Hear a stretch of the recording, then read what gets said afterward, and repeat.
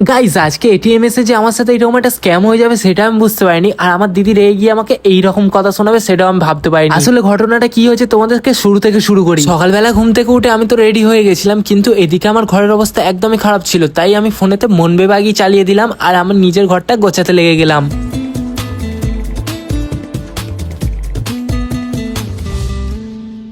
এরপর আমি আমার ঘরটাকে তাড়াতাড়ি করে গুছিয়েও ফেললাম। চাইলে তোমরাও বাড়িতে ট্রাই করতে পারো, কারণ এটা হচ্ছে একটা ডিসিপ্লিনের মধ্যে পড়ে যে আমরা নিজের কাজটা নিজেই করে নিই। এদিকে আমাদের এখানে এত পরিমাণ বৃষ্টি হয়েছে যার কারণে আমাদের বাড়ির পিছনে যে রাস্তাগুলো ছিল সেগুলো পুরো জলের নিচে চলে গেছে। কি আর করা যাবে, যারা এই জলের মধ্যে যাতায়াত করে তাদেরই অসুবিধা। আমার বাড়িটা হচ্ছে একটু উঁচু জায়গা, যার কারণে কিন্তু আমাকে জল পেরোনোর এই সমস্যায় পড়তে হয়নি এখনো। এদিকে কথা বলতে বলতে আমি চলে এসেছিলাম আমার বাড়ির কাছে এটিএম। এরপর ভেতরে ঢুকে যখন আমি টাকা তুলতে যাচ্ছিলাম তখন একটা সমস্যা দেখা দিল। আসলে এটিএম এর মধ্যে এখন টাকা নেই, যার কারণে কিন্তু আমি টাকা তুলতে পারলাম না। কি আর করা যাবে, এইটা আমার সাথে প্রথমবার হলো যে এটিএম আমি টাকা তুলতে গেলাম আর এটিএম এর টাকাই ছিল না। এরপর আমি বাড়ি চলে এলাম আর আমার দিদিকে আমি এই কথাটা বলতে আমার দিদি তো পুরো আমার উপরেই রেগে গেল। রেকর্ডিং কর, মানে এত মাস সত্যি আমার পুরো ঘটনাটা না শুনেই আমার উপরে চিল্লাতে লেগে যায়। হোয়াট এভার, তরকারি আর মুড়ি নিয়ে আমি সকালের টিফিনটা করার জন্য বসে। তো আমি মুড়ি তরকারি খেয়ে সকালের টিফিন করা কমপ্লিট করি। তোমরা পরের ভিডিওর জন্য চ্যানেলটাকে সাবস্ক্রাইব করে নাও।